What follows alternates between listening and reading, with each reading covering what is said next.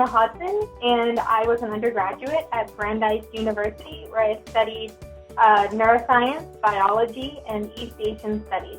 I was a part of the KCJS Class 29, and now I am a first-year Ph.D. student at Carnegie Mellon University, where I'm studying cognitive neuroscience. One of the things that is really important when you're a STEM student and you want to study abroad in a country where you can't take any courses for credit in science is that you really have to plan out your 4-year schedule. And that means you have to have a good idea of what major you want to graduate with so that you can plan out these courses. And especially in STEM, there are a lot of courses that are only offered in the spring or only offered every other year, and those are things that you have to take into account. So for me, because I knew that I wanted to study abroad in Japan so early on, I really planned out my 4 years as a freshman and probably into sophomore year too. But I made sure that I knew that I could arrange all of my science courses so that I would have a semester free so that I didn't have to take any science courses there. The next thing that you have to think about is how to make that semester actually relevant to your science career. You have to make it realistic. And this is important because when you're applying to study abroad, you have to apply to your university study abroad program. You have to apply to the actual program itself if it's an external program. And you're going to have to apply for scholarships. Most people will have to apply for scholarships. And all 3 of those applications are going to ask you how this experience is going to be relevant to your academic career. So as a STEM student, you really have to think about how this experience is going to benefit you. And it can benefit you. You just have to be creative.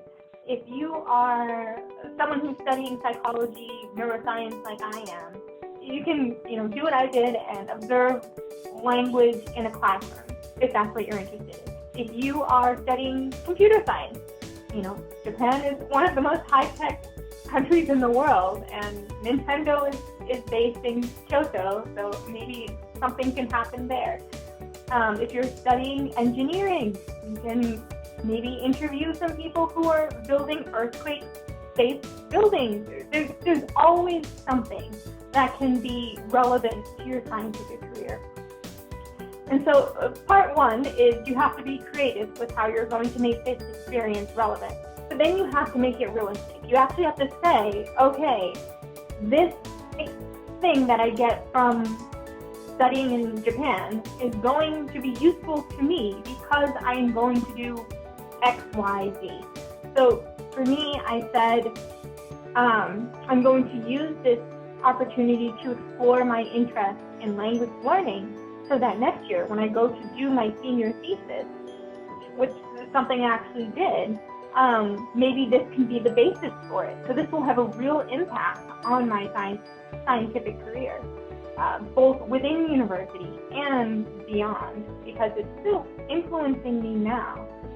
I also said this will benefit me as a member of the science community because I am going to come back and help science students who are interested in studying abroad make it a realistic thing. I'm going to use what I learned to help other science students by being a mentor and by volunteering at study abroad events and hopefully going to conferences and talking there about the importance of, broadening your perspective beyond just your home country or culture or language or whatever it may be. So my advice for students beyond just being a good planner is also to be creative and to make it realistic. If you're going about it with purpose, if you try to make this experience relevant to your science career, then I think it'd be very helpful. It takes effort. I'm not going to say it's easy, but it's possible. So definitely, it was one of the best experiences of my life.